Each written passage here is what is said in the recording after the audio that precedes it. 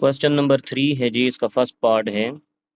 If a b c are three vectors such that a plus B plus C equal to 0 and a magnitude equals to 2, b magnitude equals to 3 and c magnitude equals to 4, then find angle between a and b। Find करना है ए vector और B vector के दरमियान angle कितना है। और जो चीज़ें आपको गिवन हैं वो ये हैं, एक तो तीनों वेक्टर्स जो ए बी और सी हैं उनके मैग्नीट्यूड्स आपको दे दिए गए हैं। और एक और चीज़ आपको गिवन है कि अगर आप ए बी और सी तीनों वेक्टर्स को ऐड करते हैं तो उसका आंसर आपको बताया गया है कि ये 0 की इक्वल है। तो इसको स्टार्ट करते हैं। तो सबसे पहले हमें गिवन ये है कि ए plus B plus C equal to 0 है। यहाँ से हमने स्टार्ट लिया, सी को जो है वो हमने दूसरी साइड शिफ्ट कर दिया तो उधर जाके वो माइनस सी हो गया। तो A plus B equals to minus C. इसके बाद हमने इसकी दोनों साइड्स पे स्क्वायर करना है। तो A plus B whole square equals to minus C का होल स्क्वायर। तो लेफ्ट हैंड साइड पर सिंपली ए प्लस बी का स्क्वायर ओपन कर दिया गया। A magnitude square plus B magnitude square plus 2 A dot B which is equal to C square, minus का square plus हो जाएगा। अब यहाँ पर आपको ए का मैग्नीट्यूड, बी का और सी का मैग्नीट्यूड गिवन है तो उनकी जगह उनकी वैल्यूज़ लगा दी हैं।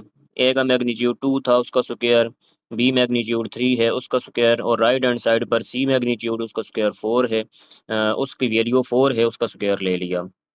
इसको सिंप्लीफाई कर लिया और जो 2 a डॉट बी आ रहा था, ए डॉट बी का जो फार्मूला हुआ करता है ए बी कॉस थीटा, उसके मुताबिक इसको ओपन कर दिया। अब फिर वही बात, क्योंकि हमने एंगल तक पहुंचना है तो जो नंबर्स आ रहे हैं वो सब एक तरफ कर लिए जाएं। तो आपके पास लेफ्ट हैंड साइड पर रह जाता है 2a magnitude b magnitude into cos of theta which is equal to 16 minus 13 करेंगे तो 3 बच जाएगा। इसी तरीके से 2 मल्टीप्लाई था, दूसरी साइड पे डिवाइड हो गया। ए मैग्नीट्यूड बी मैग्नीट्यूड फिर गिवन है, उनकी वैल्यूज़ हमने पुट की है और फिर इसी तरीके से इन दोनों वैल्यूज़ को भी दूसरी साइड पे शिफ्ट किया। लेफ्ट साइड पर आपके पास जस्ट cos थीटा बच गया है जो कि इक्वल आ गया है 1/4 के। और क्योंकि हमें थीटा की वैल्यू चाहिए थी इसलिए cos दूसरी साइड पे जाके cos इनवर्स हो गया। So theta equals to cos inverse 1/4 is our required answer. इसका ही दूसरा पार्ट है जिसमें आपको ये इन्फॉर्मेशन दी गई है कि ए प्लस बी का मैग्नीट्यूड और ए माइनस बी का मैग्नीट्यूड ये दोनों आपस में इक्वल हैं। Then find the angle between a and b. और काम फिर वही है कि आपने ए और बी के दरमियान जो एंगल बन रहा है उसको एवेलुएट करना है। तो जो चीज़ गिवन होती है वहीं से स्टार्ट लेंगे। तो हमें यहाँ पर ये गिवन है कि ए प्लस बी का मॉड और ए माइनस बी का मॉड इक्वल हैं। और फिर यहाँ पर हमने दोनों साइड पे इसका स्क्वायर कर लिया। अब ए प्लस बी का स्क्वायर, तो ये सिंपली ए प्लस बी का स्क्वायर, जैसे आप फार्मूला छोटी क्लासेस में सीख चुके होते हैं, A square plus B square plus 2ab। Left side पे ये ओपन हो गया है और राइट साइड पर ए माइनस बी का स्क्वायर हमने करना है तो वो ए माइनस बी का square, A square plus B square minus 2ab के फार्मूले के मुताबिक इसको ओपन किया। अब लेफ्ट हैंड साइड पर बी आपको नज़र आ रहा है कि ए मैग्नीट्यूड स्क्वायर है और इसी तरीके से प्लस बी मैग्नीट्यूड स्क्वायर है, राइट पर भी यही दोनों टर्म्स हैं। तो ये दोनों साइड से ये चीज़ें आपस में कैंसिल हो जाएंगी। लेफ्ट साइड पे आपके पास जस्ट बच चुका है 2a डॉट बी और राइट पर बच चुका है -2a डॉट बी। तो ये टर्म्स तो दोनों एक जैसी हैं क्योंकि दोनों में a डॉट बी आ रहा था।